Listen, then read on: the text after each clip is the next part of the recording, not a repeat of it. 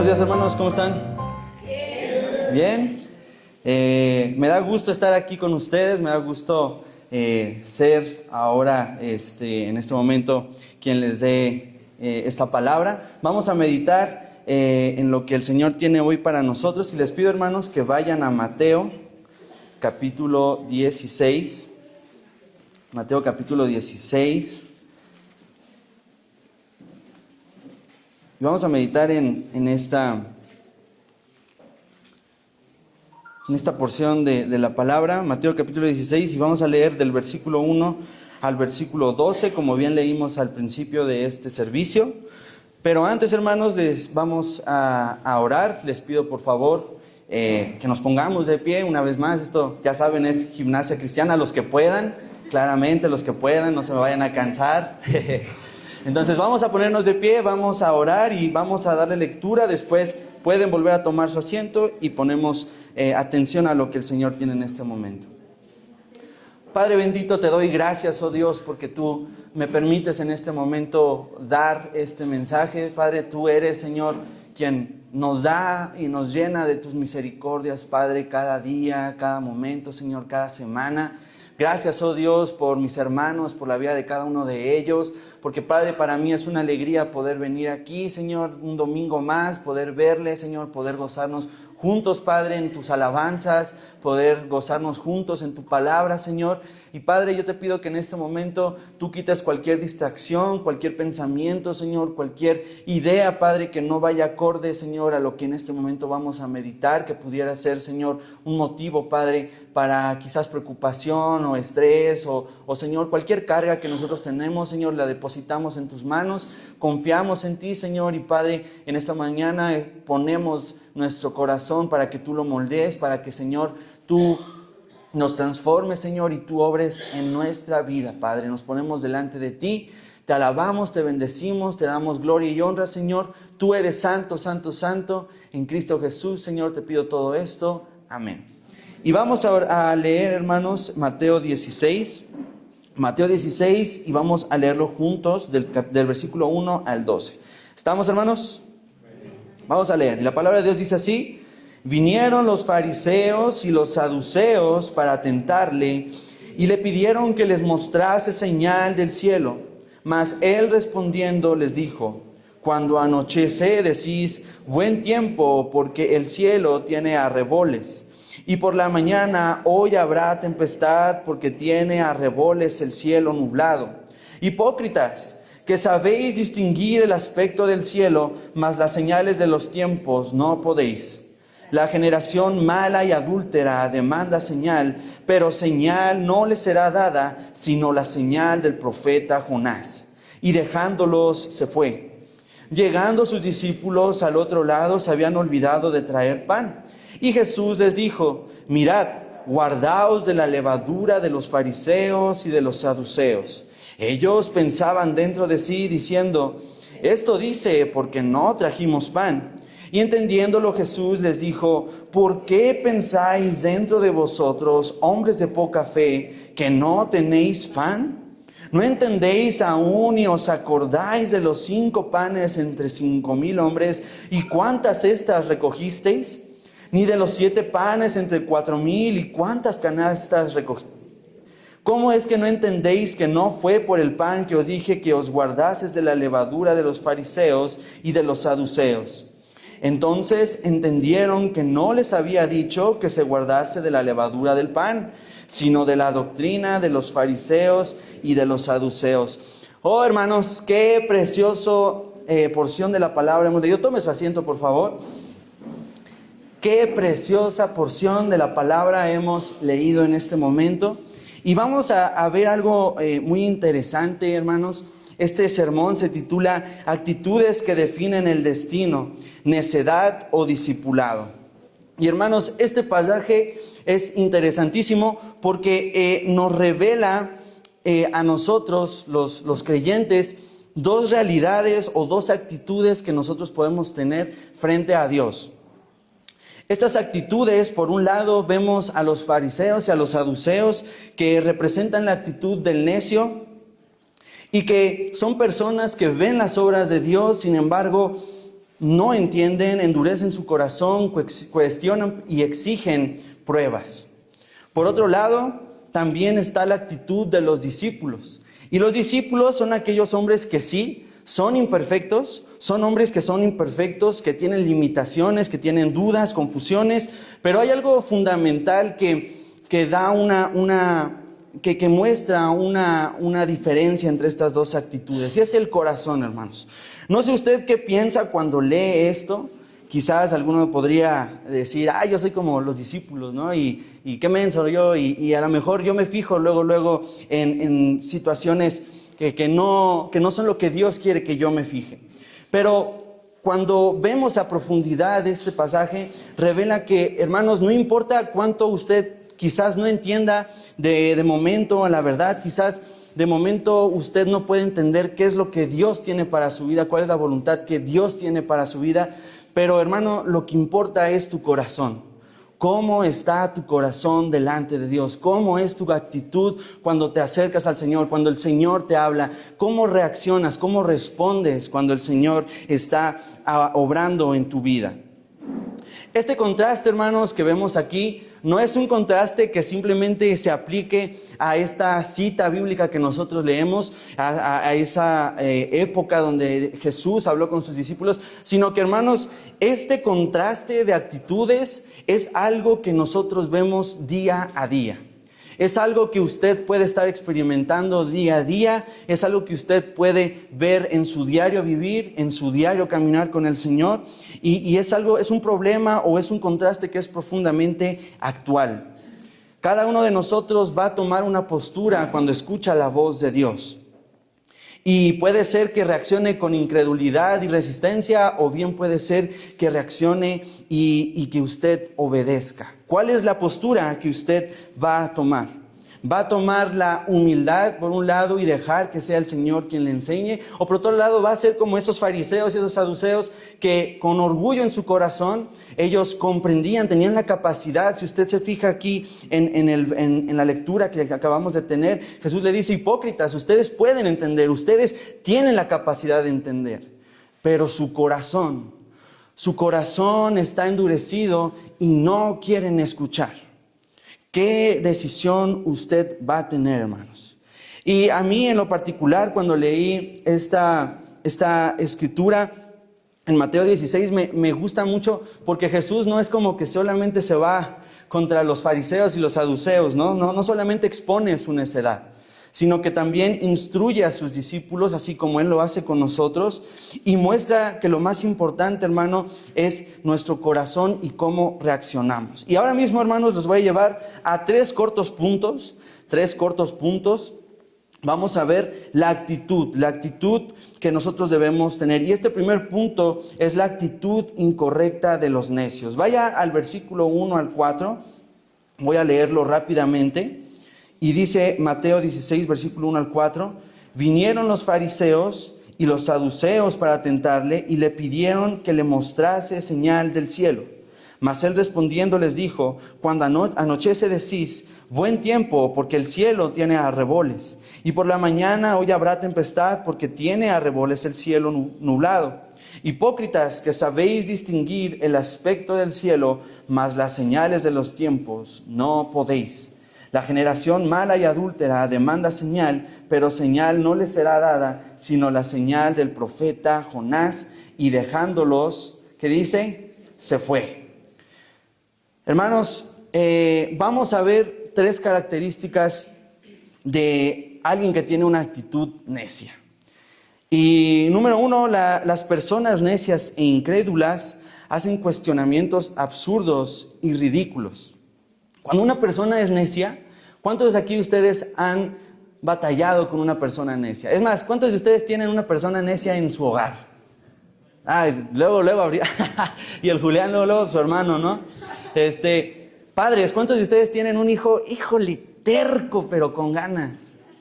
Y no se den codazos. Esposos, ¿cuántos son tercos? Iba a decir cuántos tienen esposa terca, pero la esposa nunca se equivoca. ¿Cuántos tienen una actitud quizás terca, hermanos?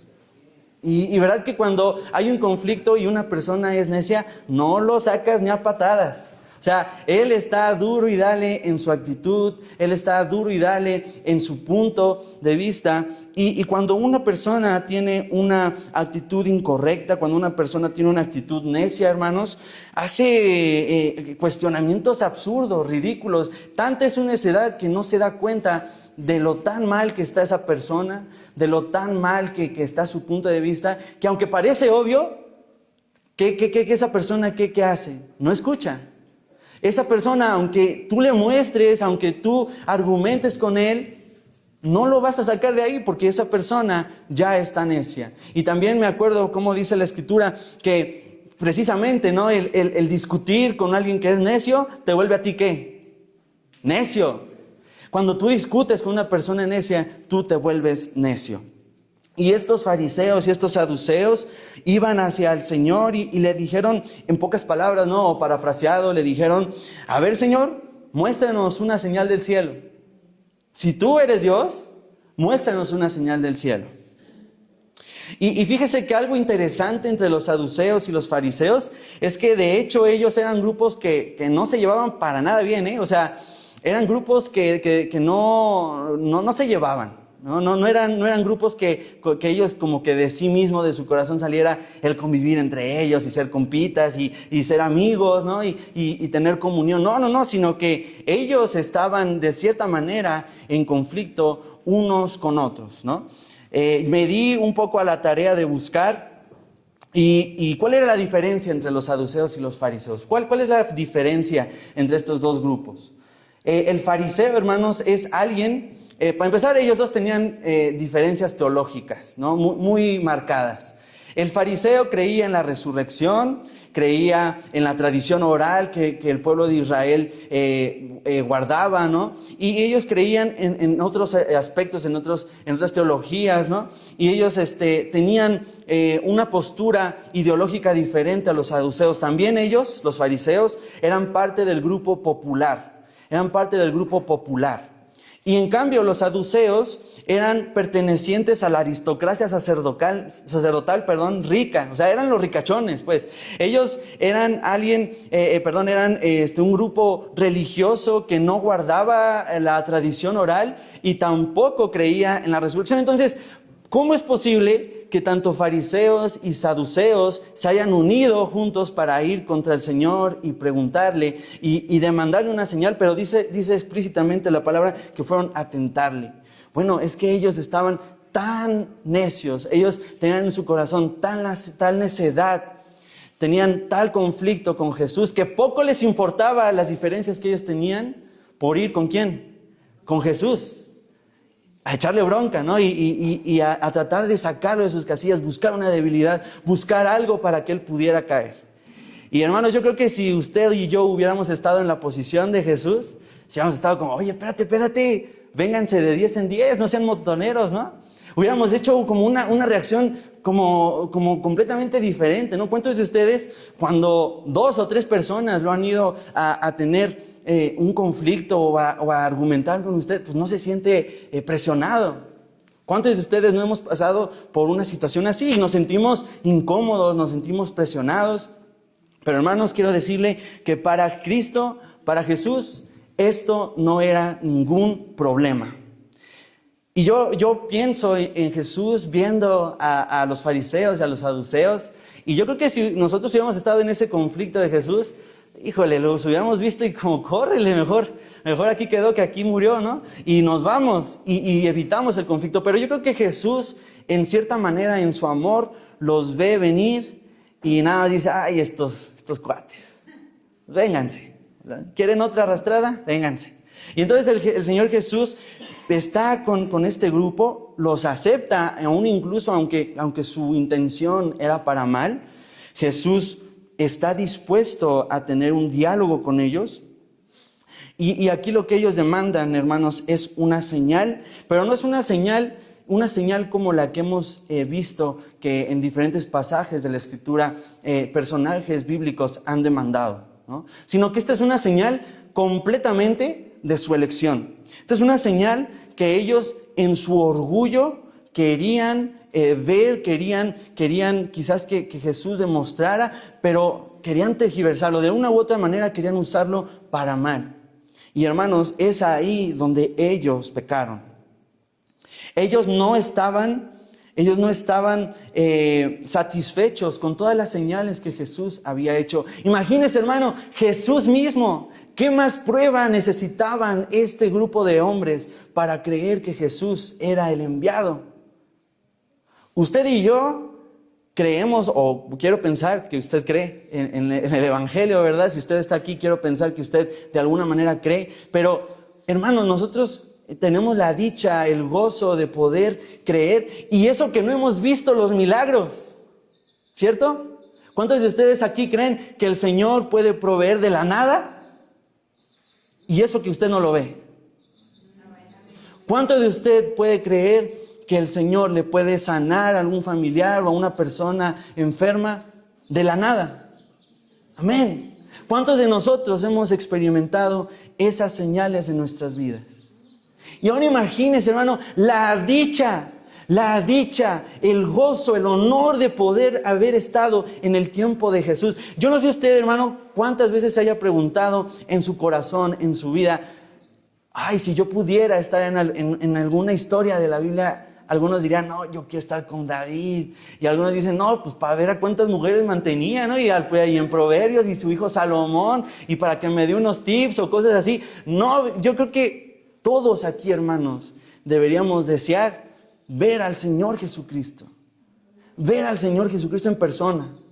Ver sus obras. Eso yo creo que sería un impacto para nuestra fe, aún mucho más. Si nosotros ya creemos, ¿cuánto más no sería el impacto de ver esos milagros hacerse realidad por vista propia? Que pudiéramos ser testigos. Y nosotros sin verlo creemos al día de hoy. Nosotros sin presenciar esos milagros creemos en que el Señor Jesús es Dios. Pero fíjese qué tan terco era el corazón de los fariseos, que aún viéndolo, aún estando ahí, ellos no creyeron. Ellos buscaban una señal que pudiera satisfacer únicamente su orgullo, que pudiera satisfacer únicamente su curiosidad, de alguna manera su orgullo. Y ellos, como les decía, hermanos, buscaban, el fondo de todo era buscar hacer caer a Jesús de alguna manera, no sé cómo, pero de alguna manera que Jesús pudiera tropezar, que pudiera hacer un pequeño error y de ahí tomarse para vengarse o para castigarlo, para poder deshacerse de Jesús. Hermano, una persona que es necia, aunque tú le muestres en vivo y en directo la razón, la verdad, esa persona no va a creer.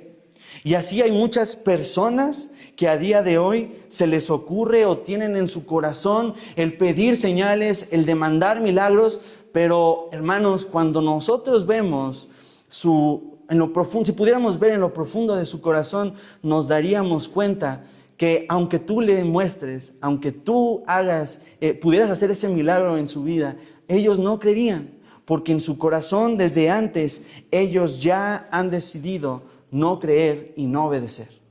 Esa es la cuestión, hermanos. Hay muchas personas que no quieren ajustarse a la voluntad revelada de Dios, que es la Biblia, y esperan a que algo sobrenatural suceda para poder obedecer y para poder ahora sí seguir al Señor.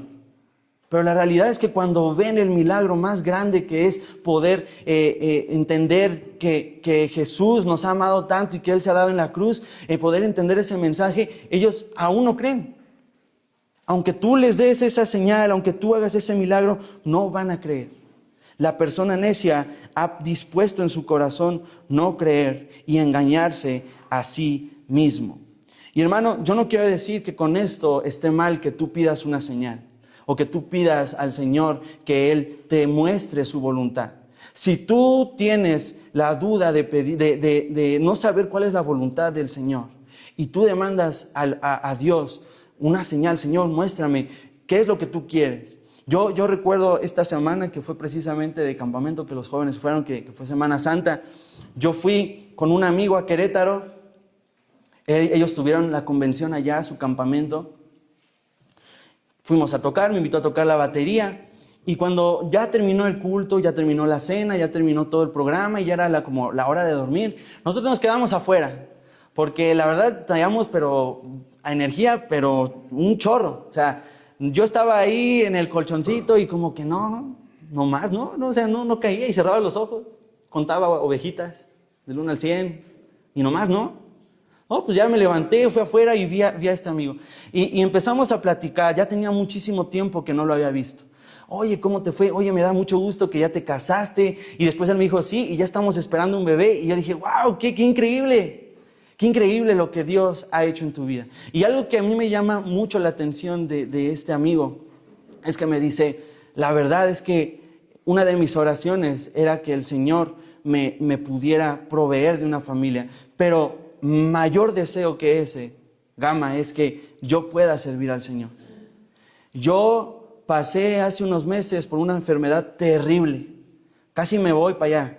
O sea, casi el Señor ya me lleva a su presencia. Yo estaba al borde de la muerte y yo dentro de mí pensé, Señor, si tú ya me llevas, si es tu voluntad que yo ya parta contigo, déjame arreglar las cosas que tengo aquí, que todavía me faltan por arreglar, mi familia, mi trabajo, déjame dejar todo listo para poder irme. Y milagrosamente el Señor sanó a este amigo mío, se llama Jorge, lo sanó y él se pudo recuperar y después a raíz de esto él comprendió que el Señor tenía un plan mayor para su vida. Y él entendió que quería estar en el ministerio, predicando, compartiendo de la palabra.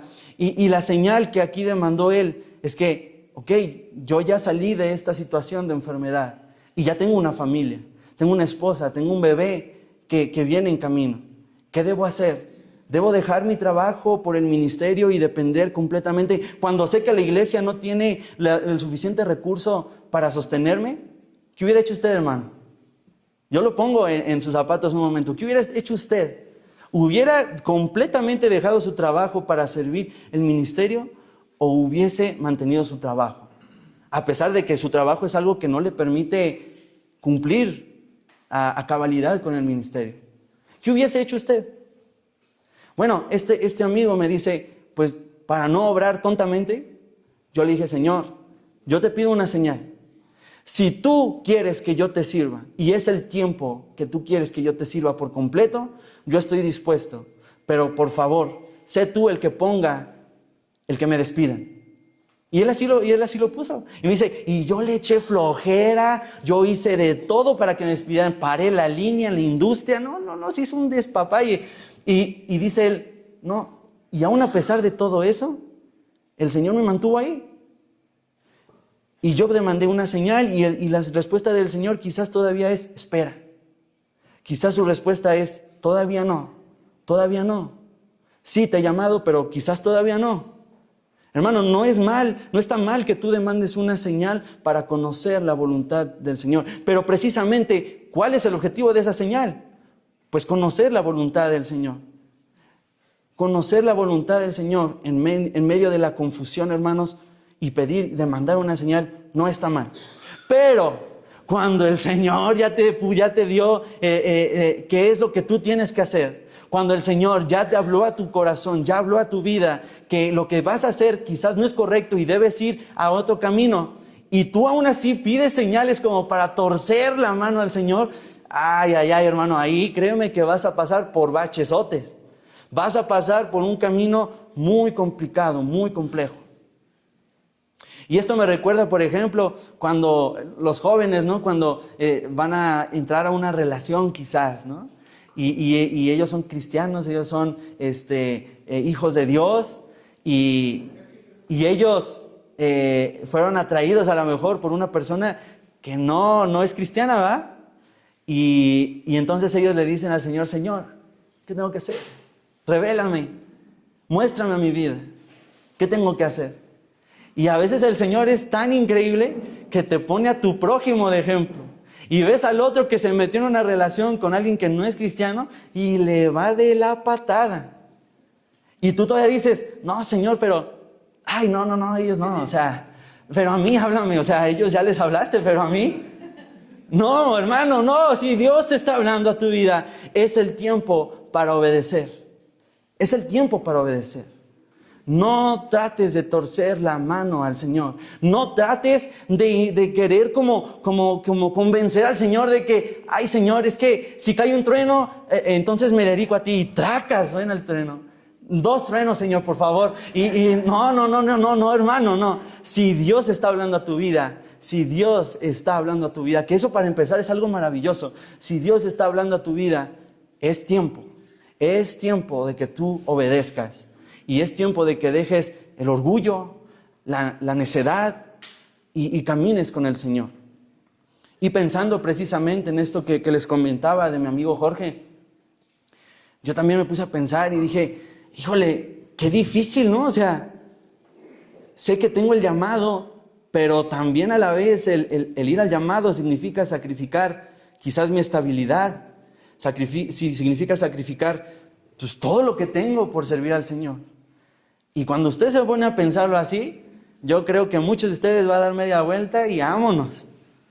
Porque es mucho el sacrificio. Y no digo que quizás usted tenga que precisamente hacer eso, pero si usted va a servir al Señor, pues qué mejor, hermanos, que ese sea el propósito de tu vida. Que esa sea la voluntad revelada a tu vida. Debemos, hermanos, ser sabios y escuchar la voz de Dios. Número 2, una de las cualidades o características de una actitud incorrecta de los necios es que las personas necias se hacen los que no entienden el mensaje claro de Dios. Y es como les comentaba, hermanos, precisamente el Señor Jesús les llama en el versículo 3, vayan ahí rápido con su vista, lo voy a leer y dice, y por la mañana hoy habrá tempestad, porque tiene arreboles el cielo nublado. Hipócritas, que sabéis distinguir el aspecto del cielo, mas las señales de los tiempos no podéis. Y Jesús utiliza aquí un calificativo y utiliza esta palabra que es hipócritas. Hipócritas. ¿Y por qué el Señor dice esto a los fariseos y a los saduceos? Aparte de que sí eran bien hipócritas, pero ¿por qué específicamente en esta situación Dios les dice que son hipócritas? Pues porque, hermanos, ellos tenían la capacidad de entender. Ellos tenían la capacidad de comprender. Ellos pasaban horas, eran celosos, celosísimos de lo que la ley decía. ¿Y usted cree que si esa persona dedicaba tanto tiempo al estudio de la ley, no podía comprender las señales de Jesús? Amén, claro que sí.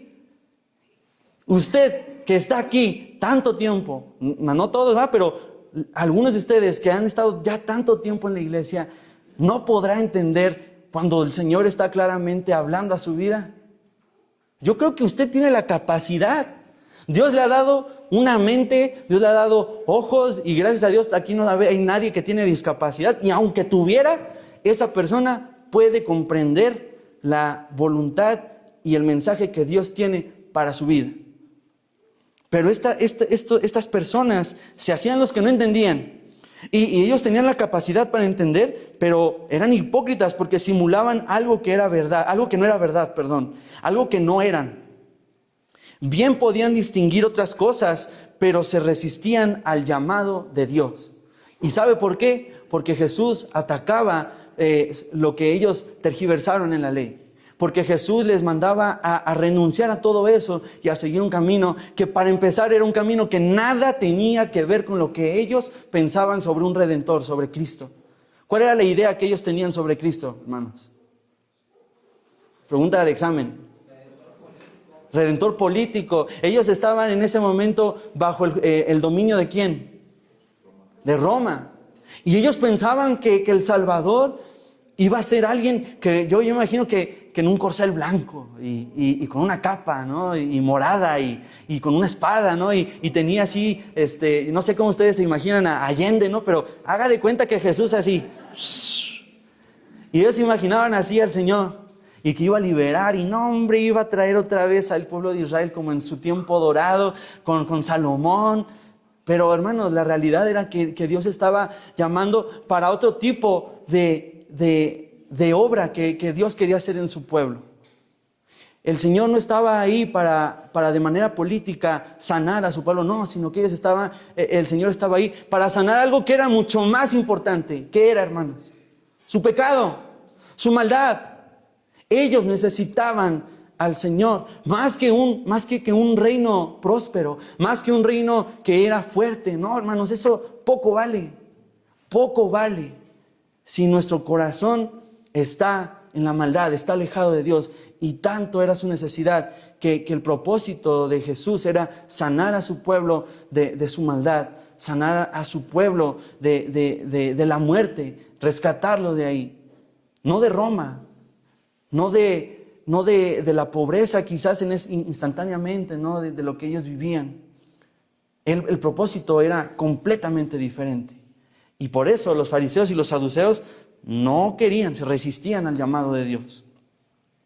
Y aquí un ejemplo que les da el Señor Jesús de por qué precisamente son hipócritas, es porque Él utilizaba los arreboles. ¿Qué son los arreboles, hermanos? ¿No? A ver, así, saquen sus apuntes de español ¿qué son los arreboles? Esta es clase de vocabulario, hermano. Y le voy a decir algo, también yo estoy así de burro porque no sabía que era arrebol, pero en un arrebol, prácticamente, hermanos, o su definición es que son los colores rojizos y anaranjados, dorados, que aparecen en el cielo, especialmente al amanecer o al atardecer. Es un fenómeno visual muy llamativo donde las nubes y el horizonte se tiñen de tonos cálidos. Cuando el atardecer del cielo se veía rojo y despejado, eso indicaba que venía un buen tiempo. Pero en cambio, si el amanecer del cielo aparecía rojo y acompañado de nubes, eso sugería que una tormenta se estaba acercando. Y ahora sí, ya comprendemos qué es lo que el Señor quiere decir aquí, ¿verdad? Yo me imagino que usted estaba leyendo y ¿arreboles? ¿Qué es eso? Y usted a lo mejor no entendía, pero ya entiende, ¿no? ¿Por qué el Señor les está diciendo hipócritas? Tú que puedes comprender, tú que tienes la capacidad de entender cómo va a estar el clima, cuáles son las señales del cielo físico, ¿cómo es que no puedes comprender las señales del cielo, pero del cielo espiritual, del cielo, del reino de Dios? ¿Cómo es que no puedes captar esas señales? Y utiliza los arreboles. Estos fariseos y saduceos, en su sabiduría, se decían capaces de discernir las señales de los tiempos. O sea, reconocer lo que Dios estaba haciendo delante de ellos. Pero la verdad es que no habían en su corazón, habían endurecido y no comprendían esas señales de los tiempos. Muchas personas piden demostraciones para ser convencidos, sin embargo en su corazón ya han decidido no hacer caso. Y es por eso que Jesús les llama en el versículo 4, hermano, ahí rápido vaya con su lectura y le dice: generación mala y adúltera que demanda señal, pero señal no les será dada, sino la señal del profeta Jonás. Y dejándolos, se fue. Se fue, pues imagínense, hermano, se fue. El Señor se apartó de ellos. Imagínate que el Señor te dijera: generación, eres malo, eres adúltero, y se va y te da la espalda. No, yo me sentiría, si de por sí cuando me peleo con mi familia, no, yo siento que se me va la vida, o que me peleo con alguien que no es mi familia, va con un amigo o algo así, ay, como que la presión es mucha. Pero que el Señor mismo te diga: generación mala, eres malo, eres adúltero, eso yo creo que debería ser un peso enorme en nuestras vidas. Generación mala y adúltera. ¿Por qué? Porque su mente y su corazón había sido adulterado. Es decir, que cambiaron su forma de pensar y ya no es pura, sino que se contaminó por haberse mezclado con algo sucio. Estas personas que son precisamente la generación mala y adúltera han mezclado la fe que tenían con los postulados de este mundo, y así su mente y corazón han quedado afectados espiritualmente. Estas personas ahora tienen una actitud negativa y contraria hacia Dios y su obra, y eso sigue pasando actualmente con muchas personas, hermanos. Ellos mismos lo decidieron, lo fueron permitiendo así, y ahora su situación es deplorable, espiritualmente hablando. O sea, hermano, esto no solamente es alguien que no ha creído en el Evangelio, sino que usted también debe cuidarse de cuál es la situación de su corazón, porque bien puede en su corazón endurecerse, bien su corazón puede cambiar, puede adulterarse, puede alterarse por los principios de este mundo y ya no caminar como originalmente usted caminaba con el Señor. Yo recuerdo, hermanos, yo creo que una de las situaciones más adversas, si podemos decirlo así, tampoco es gran cosa, ¿verdad? Pero más adversas, ¿no?, que he podido experimentar en mi vida en cuanto a mi fe, es irme a vivir yo solo, porque es bien difícil mantener tu fe como en el mismo sentir siempre. Y si hay gente aquí que vive sola, pues también como que va a entender, ¿no? O sea, estar siempre en fuego en tu fe, hermano, es pero difícil. Y más cuando estás expuesto 9, 8 horas con personas que no creen y que a tu alrededor hablan con groserías o que simplemente su corazón no está alineado a lo que el Señor habla en su palabra. Y es bien difícil porque poco a poco se nos van pegando ese tipo de cuestiones. Y en el trabajo, hermanos, ahora que estoy ahí, híjole, qué difícil es, ¿eh? O sea, yo cuando escuchaba a mi papá decir, no, hermano, es que usted debe mantenerse firme, usted no puede, no puede copiar esa misma forma de hablar. Y yo decía, ay, canijo, ¿a poco así está tan difícil? Y ya cuando yo entré, qué difícil es, hermanos.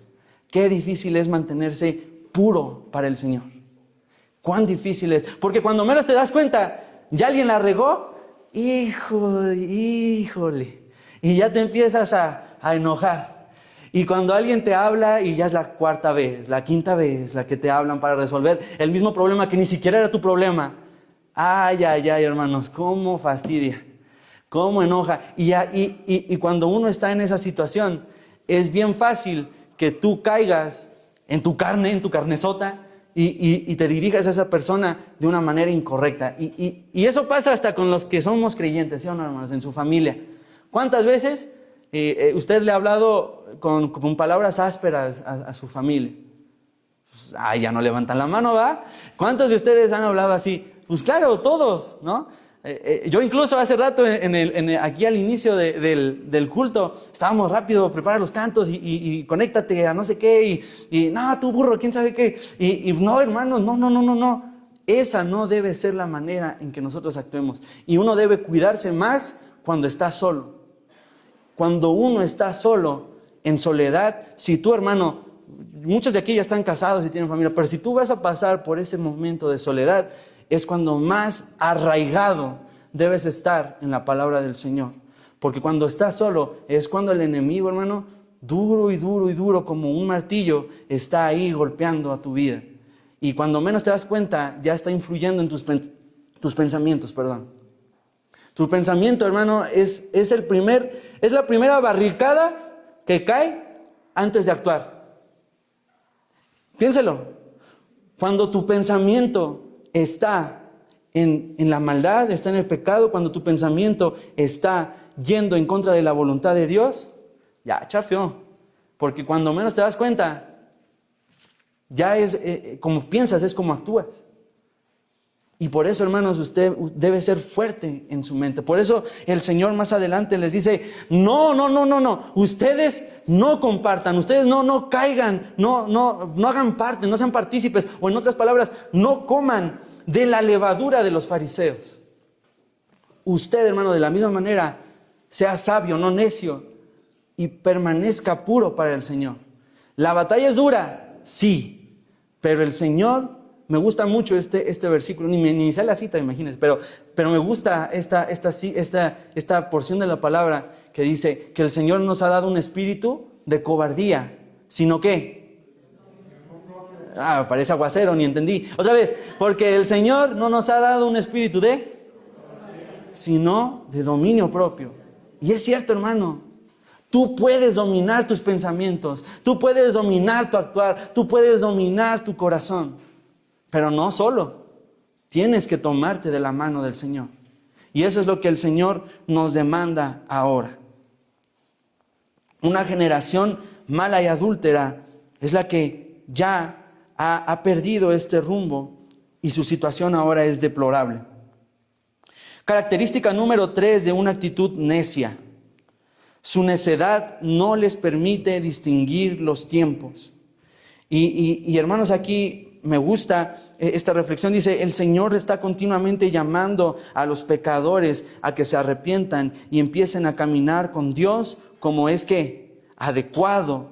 Pero miren lo que sucede cuando las personas no pueden distinguir el tiempo en el que Él se acerca de una manera especial. Y le pido que vaya a Lucas capítulo 19, rápido, Lucas, no sé si aquí lo tengamos, pero Lucas capítulo 19,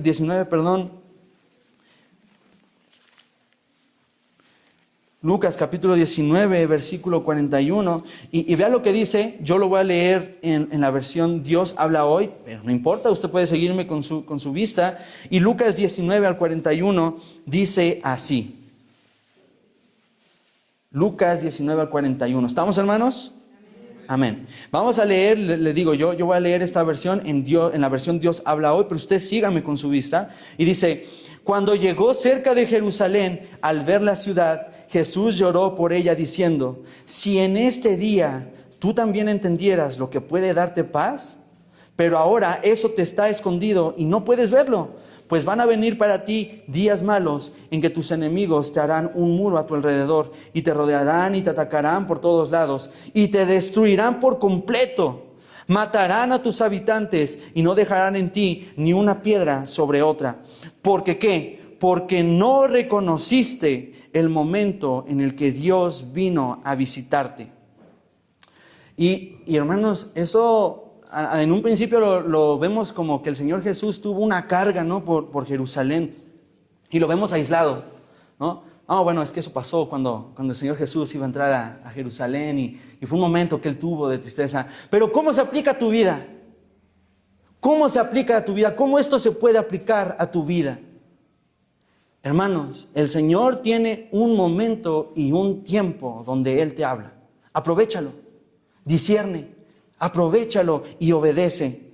Cuando el Señor se acerca, cuando Dios se acerca, Él se acerca ofreciendo salvación, Él se acerca ofreciendo dirección y vida. Pero cuando el corazón no discierne ese momento, la persona o el pueblo queda en su propia condición sin experimentar esa paz verdadera.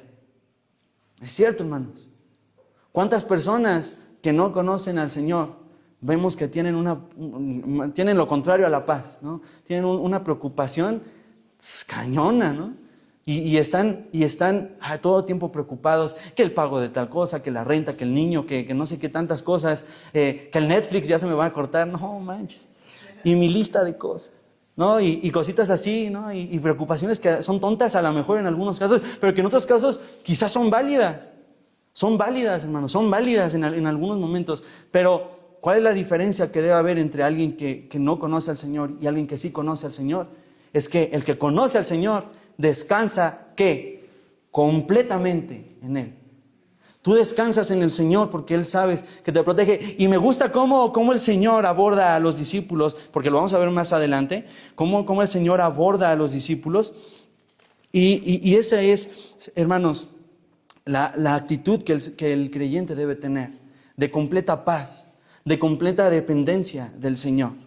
Cuando repetidamente se rechaza o se ignora su obra, el corazón se vuelve insensible y lo que antes era claro, ahora se vuelve invisible. Hermanos, siguiendo esto que les comentaba, cuando yo me fui a vivir solo, pues evidentemente, ¿no, hermanos?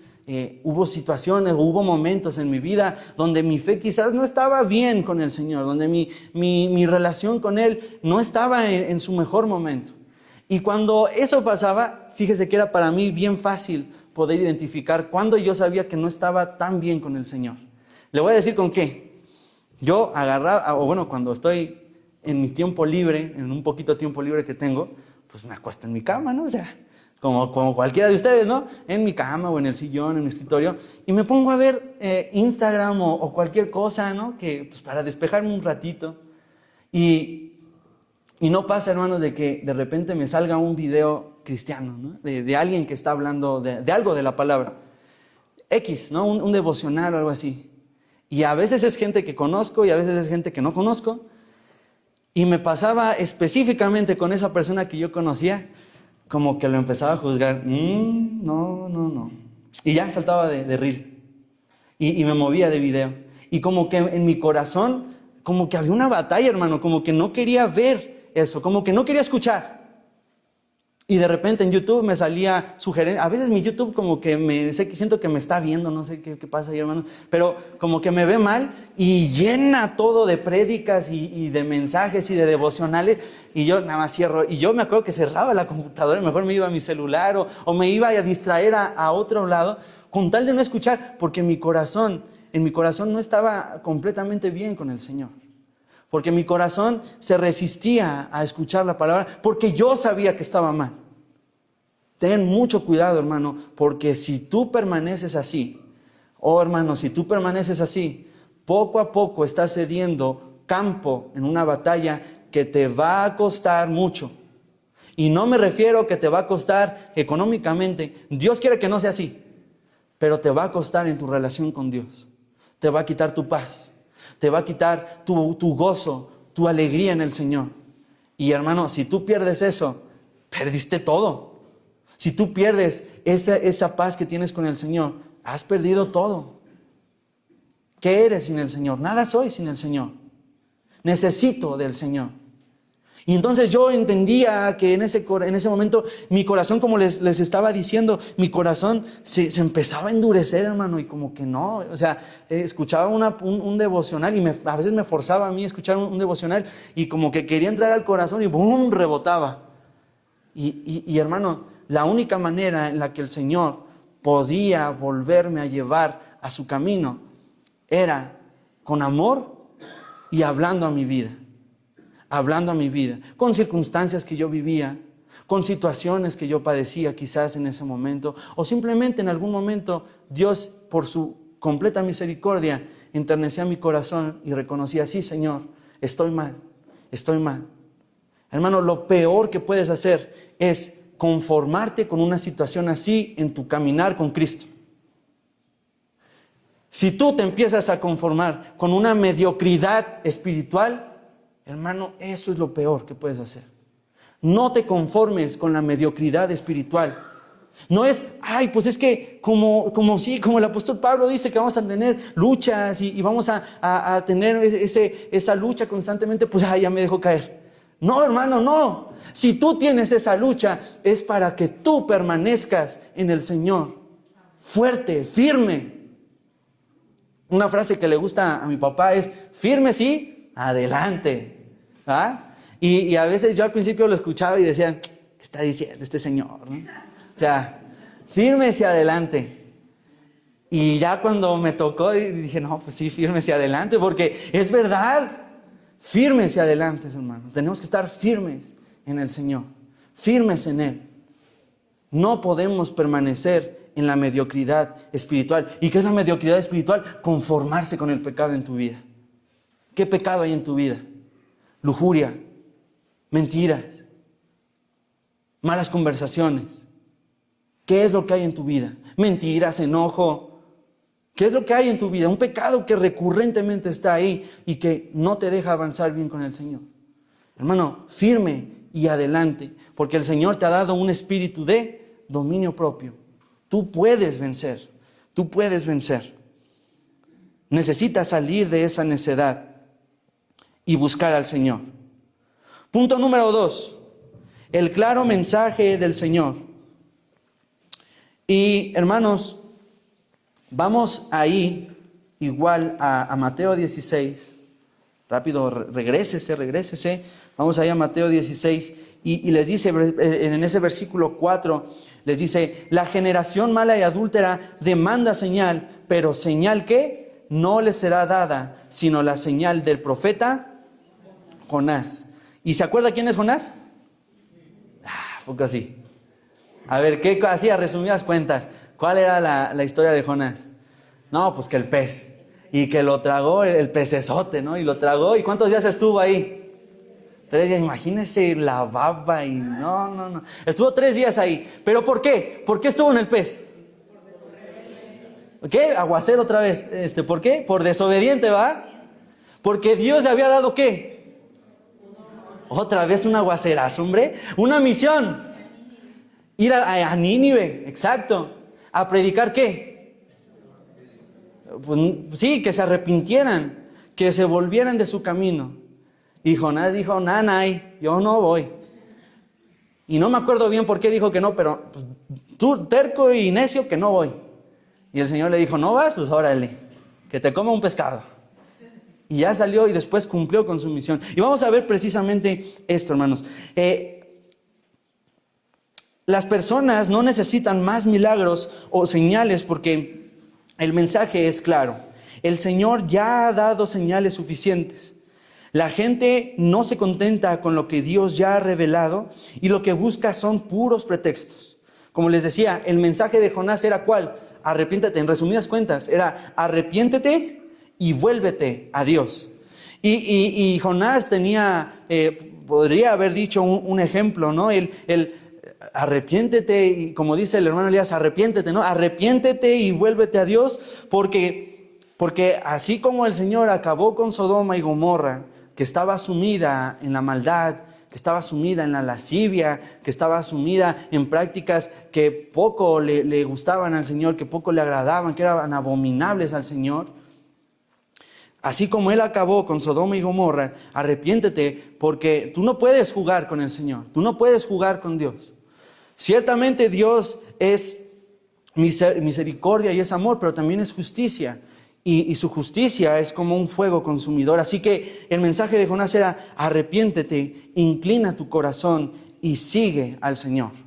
Y ese, hermanos, es el mensaje de nosotros. Ese mensaje aplica tanto a personas que no conocen al Señor, que no tienen una relación con Él, como nosotros que ya tenemos una relación. Arrepiéntete y sigue al Señor. Y lo impresionante de Jonás es que Jonás apunta a Jesús. Si usted lo analiza, Jonás apunta a Jesús. Y no sé si usted lo había pensado, pero así como Jonás pasó 3 días en el pez, en la ballenota, Jesús antes de resucitar, ¿pasaron cuántos días? 3. Y el mensaje de ambos es el mismo. Arrepiéntete y vuélvete de tu maldad.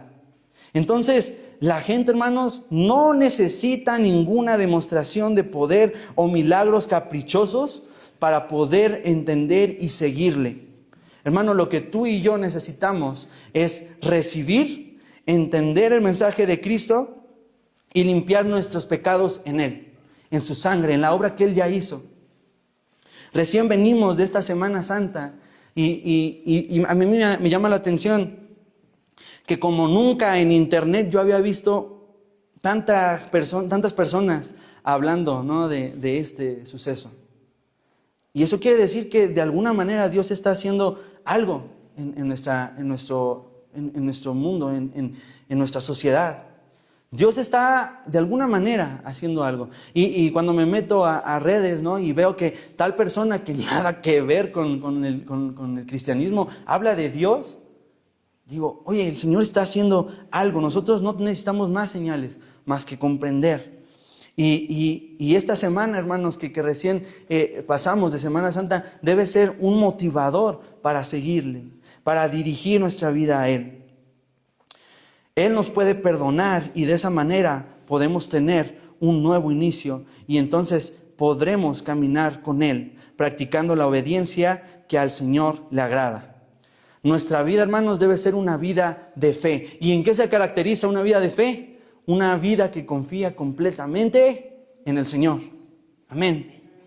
El profeta, Jonás, fue enviado a Dios al pueblo de Nínive para que se arrepintiera de su pecado, porque su juicio, hermanos, estaba a la vuelta de la esquina. O sea, si ellos no se arrepentían, adiós. Y Dios tuvo misericordia de ellos y les envió a este profeta, así como el Señor tiene misericordia hoy de ti. El Señor tiene misericordia hoy de ti y una vez más te recuerda, arrepiéntete, sígueme, camina conmigo, ve conmigo. Por último, hermanos, vamos a ver, en mi tercer punto es ahora el contraste, este cambio de actitud, y es la actitud correcta de los discípulos. Y vamos a verlo en el versículo 5 a 12. Vaya ahí con su vista a Mateo 16, versículos 5 al 12. Y vamos a leerlo rápido.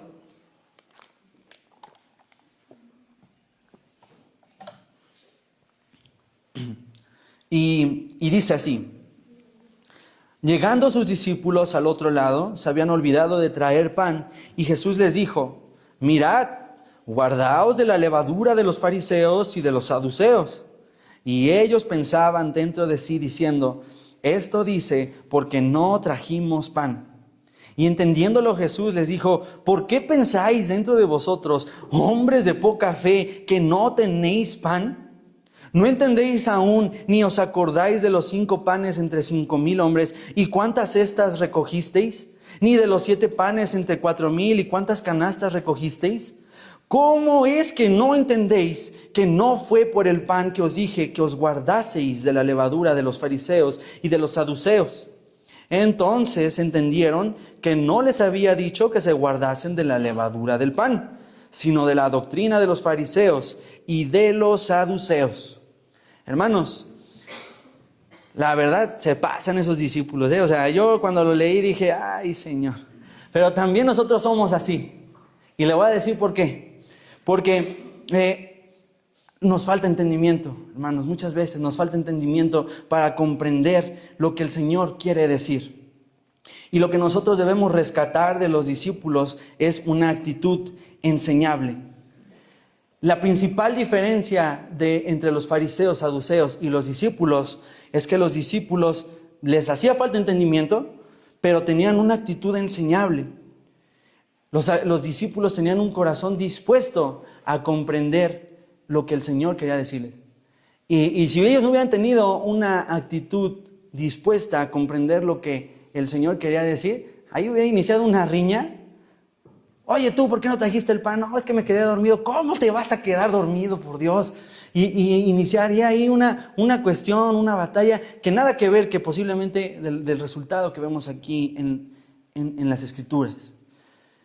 Pero los discípulos tenían un corazón enseñable y el Señor lo utilizó ¿para qué? Para darles entendimiento, para que ellos pudieran comprender. Y en este pasaje es interesante o llama la atención cómo es que los discípulos se confunden y no captan lo que Jesús les estaba diciendo. Jesús se refería a una figura espiritual, ¿sí o no? El Señor se refería a una figura espiritual de la levadura, porque la levadura, ya ustedes lo han escuchado, hermanos. La levadura, para empezar, físicamente, ¿qué hace? Infla o esponja, ¿pero por qué? ¿Por qué qué? Porque hay una fermentación, hay un proceso, ¿no? Y eso lo que hace, esa fermentación, ese proceso, de alguna manera es una descomposición, es una alteración en la masa, ¿no? Y ya me puedo ir más técnico, y que el hongo y que va destruyendo los azúcares y va soltando dióxido de carbono y bueno, puedo darles aquí la explicación, pero en pocas palabras, hermanos, el proceso que la levadura hace es de descomposición. La levadura descompone la masa para inflarla y para darle una textura, para cambiarla.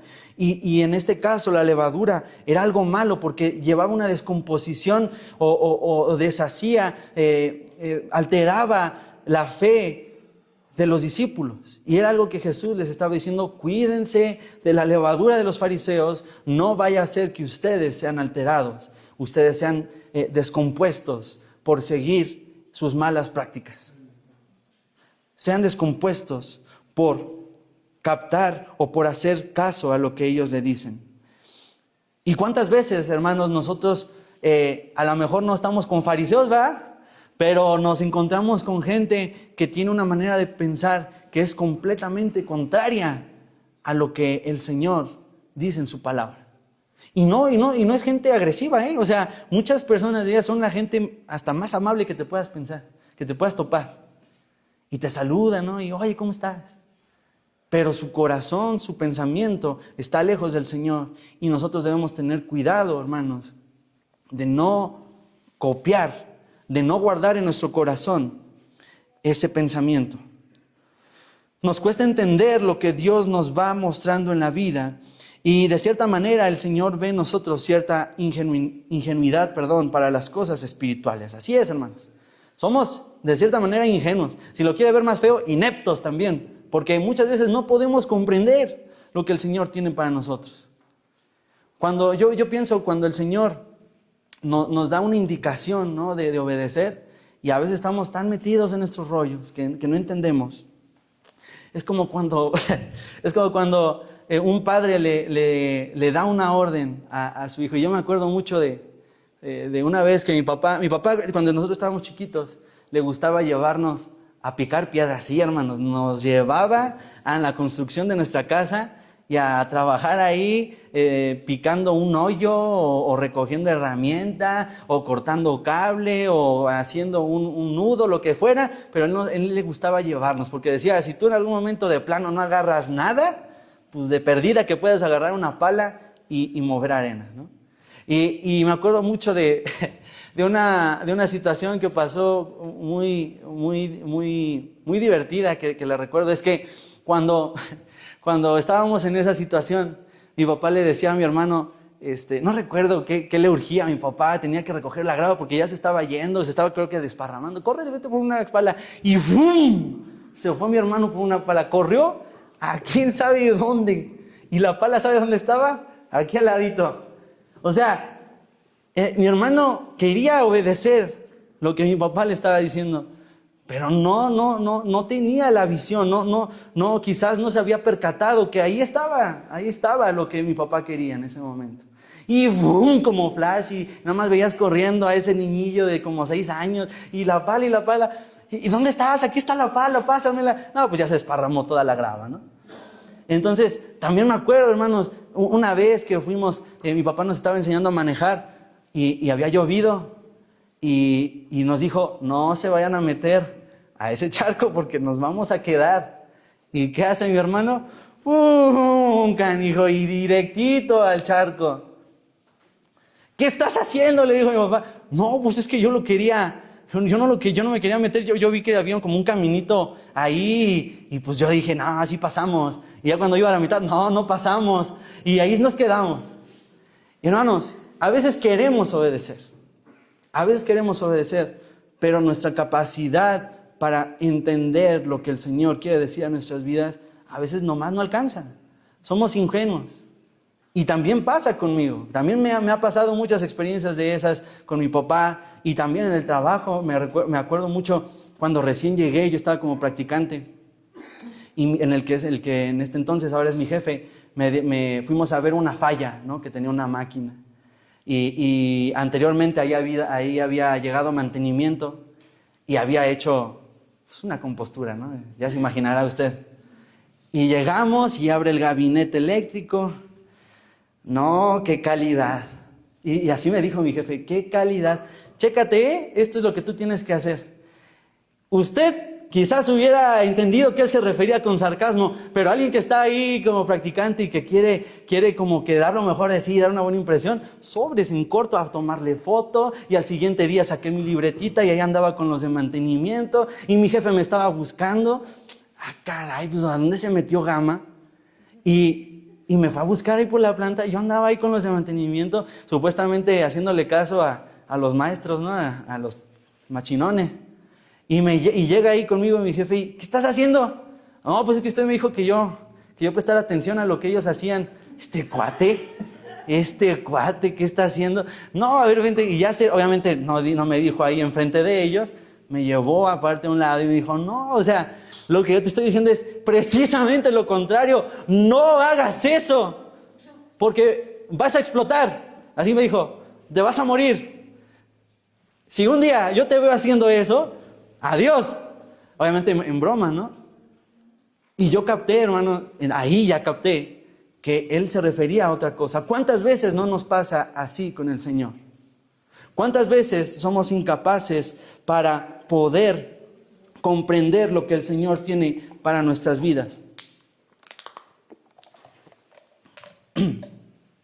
Para conocer mejor al Señor, para adorarlo mejor, para obedecerlo mejor, para servirle mejor, para crecer en madurez y para tener una mejor perspectiva de la vida, de lo que nos rodea, del mundo, del pecado y de nuestra relación con Dios, necesitamos depender de Él.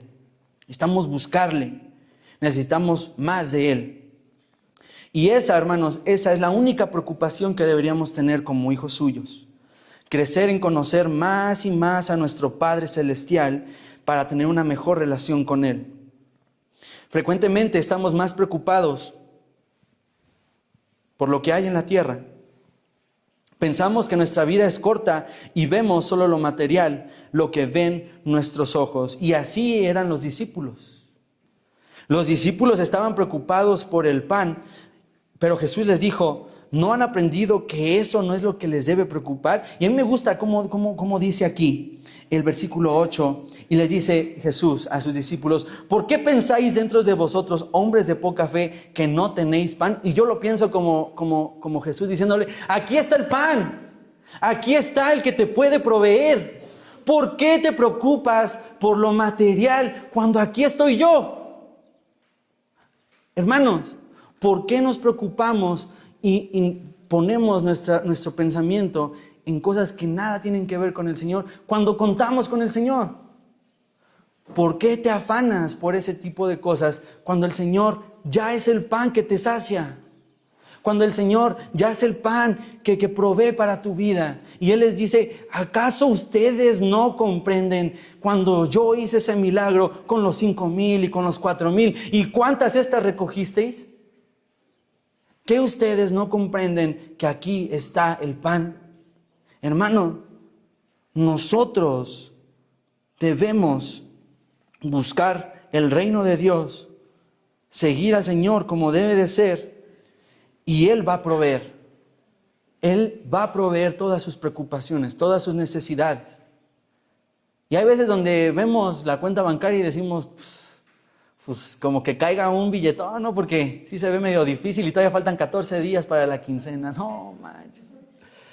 Y a veces pensamos, ¿de dónde va a salir? Bueno, no te preocupes porque el Señor va a proveer.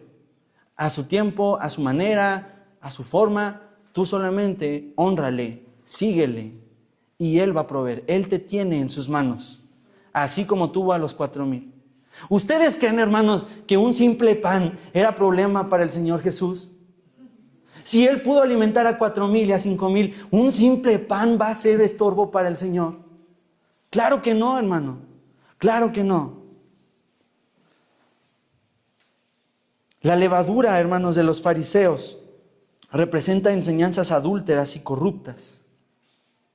La levadura significan las creencias adúlteras que tiene este mundo e ideologías corruptas que han desviado y que son contrarias a la palabra de Dios. Es por eso que nos debemos mantener vigilantes y creciendo en nuestra vida con Dios. Para no ser llevados por toda corriente de doctrina, nos tenemos que mantener vigilantes. Tenemos que evaluar lo que oímos, lo que decimos, lo que pensamos. Y es eso lo que el Señor lleva el pensamiento a los discípulos. No te tienes que preocupar del pan, porque eso ya está cubierto por mí. Debes preocuparte por cómo está tu corazón, qué es lo que hay dentro, qué es lo que está alimentando tu corazón, qué es lo que está alimentando ese motor que te impulsa a seguir todos los días. Y me gusta a mí creo que es en Proverbios, donde dice, examíname, oh Dios, y muéstrame ¿qué? La maldad de mi corazón. Y no solamente se queda ahí, sino que dice después más adelante, y guíame, cambia mi camino, llévame a obedecer tu palabra. Hermanos, así debemos de ser, evaluar lo que oímos, lo que vemos. No todo lo que brilla es oro y no todo lo que parece bueno es bueno en realidad. Y hay que contrastarlo con la palabra de Dios. Mira lo que dice Efesios capítulo 4, versículo 13-14. Si quieres buscarlo, yo lo voy a leer en la Nueva Traducción Viviente. Y dice, ese proceso continuará hasta que todos alcancemos tal unidad en nuestra fe y conocimiento del Hijo de Dios, hasta que seamos maduros en el Señor, es decir, hasta que lleguemos a la plena y completa medida de Cristo. Entonces ya no seremos inmaduros como los niños, ni seremos arrastrados de un lado a otro, ni empujados por cualquier corriente de nuevas enseñanzas. No nos dejaremos llevar por personas que intenten engañarnos con mentiras tan hábiles que parezcan la verdad. Y conclusión, hermanos, llego a mi conclusión. El final de este pasaje queda claro que lo que realmente marca la diferencia no es la cantidad de evidencia que una persona recibe, sino la actitud con la que responde a Dios. Como les comentaba anteriormente, los fariseos y los saduceos tuvieron a Jesús mismo en persona. Y aún así su necedad los llevó a endurecerse y desaprovechar la oportunidad de uno en 1,000,000, una oportunidad única en la historia. Ellos perdieron de vista el objetivo. Pero en contraste, hermanos, los discípulos que no lo entendían todo, que se confundían, que eran ineptos de cierta manera, que eran personas que no tenían toda la educación de los fariseos y de los saduceos, pero aún así ellos tenían un corazón enseñable. Y esa actitud hizo toda la diferencia, porque hermano, esto es importantísimo. Dios no rechaza al que no entiende, pero sí al que resiste entender. Y esto me recuerda a esta frase popular que es, no hay más ciego que el que no quiere oír, y no hay más sordo que el que no oye, ¿verdad? Entonces, hermanos, hoy estamos ante esas dos opciones. Tú puedes seguir el camino del necio y seguir viviendo, y disculpen que lo diga así, pero en una mediocridad cristiana, en una cristiana mediocridad, le digo así, en una cristiana mediocridad. O tú puedes, por otro lado, dejar de lado esa incredulidad y con humildad reconocer que estás mal, reconocer que necesitas del Señor y caminar con Él. La invitación es clara, hermanos, es dejar tu necedad, lo que te obstruye para seguir al Señor. Pero, ¿cómo? Si yo soy tal cosa, si a mí me van a juzgar cuando yo vaya a la iglesia, ¿cómo yo me puedo acercar al Señor si cuando yo tengo miedo de que me rechacen ahí? Hermano, no, amigo, persona que tú estás escuchando y que a lo mejor no eres creyente. El primer paso es acercarte al Señor y poner la mirada en Él. Si tú pierdes de vista ese objetivo y miras a las personas que te rodean, te vas a llevar una decepción enorme. Como decía mi papá, que un joven se le acercó y no, es que yo no voy a la iglesia porque son puros hipócritas. Y él le decía, y hay espacio para uno más. Amén, así es. Hay espacio para uno más. Hay espacio para una persona que necesita, porque todos aquí necesitamos del Señor. Y muchos de nosotros estamos aquí el día de hoy porque hemos dejado de lado, ¿qué? Nuestra necedad. Porque hemos dejado de lado nuestro orgullo. Y aunque nuestro caminar no es perfecto, buscamos seguir al Señor. Y esa es la invitación que yo te hago, amigo, hermano, es deja tu necedad y abraza al Señor, síguele y no seas como aquellos que ven y que no perciben, sino más bien sé como aquellos que aún con debilidades responden a la voz de Dios, porque al final no es la perfección lo que Dios busca. En otra cita en la palabra de Dios dice, sacrificios no quiero, sacrificios no demando, dice el Señor. Obediencia es lo que quiero. Y hermanos, esa es la invitación que yo te hago. Obedece al Señor con un corazón dispuesto, busca al Señor con un corazón dispuesto, y ese corazón te va a llevar a la vida y a la verdad que es Cristo Jesús. Vamos a orar, hermanos. Les pido que se pongan de pie y vamos a concluir este tiempo donde hemos recibido pan. Amén, hermanos. Hemos recibido alimento de nuestro Dios. Vamos a orar y vamos a darle gracias a Dios por este tiempo y dejar que sea Él quien obre nuestras vidas. Señor, gracias, Padre, por este día.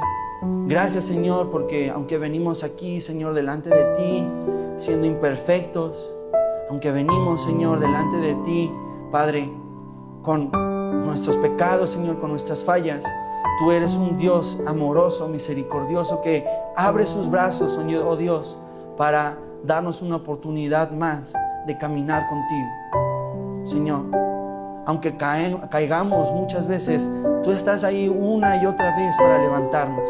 Y Padre, yo pongo en este momento a mis hermanos para que tú les guardes, para que tú obres en su vida, para que tú, Señor, les dirijas. Y en este momento, Padre, tanto a mis hermanos como a aquellas personas que quizás dentro de su corazón reconocen que no han caminado contigo y que han comprendido que necesitan de ti, yo te pido, Dios, que tú les des un corazón humilde, un corazón, Señor, dispuesto a agradarte y obedecerte.